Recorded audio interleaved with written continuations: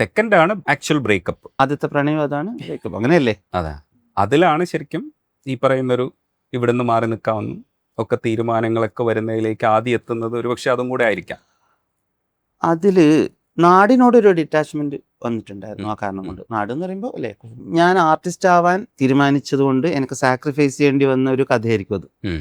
നമ്മുടെ നാട്ടിലെല്ലാം ഒരു സർക്കാർ ജോലി അല്ലെങ്കിൽ അങ്ങനെ അതൊക്കെയാണ് ജോലി, അങ്ങനെ കൺസിഡർ ചെയ്ത്. അപ്പൊ എൻ്റെ ഈ പോക്ക് കണ്ടിട്ട് അവരൊന്നും കുറ്റം പറയാൻ പറ്റില്ല. ഞാൻ തറവാട്ടിലൊക്കെ അങ്ങനെ വളർന്നതുകൊണ്ട് എന്നെ അവർക്കെല്ലാം അവരുടെ കുട്ടിയായിട്ട് തന്നെയാണ്.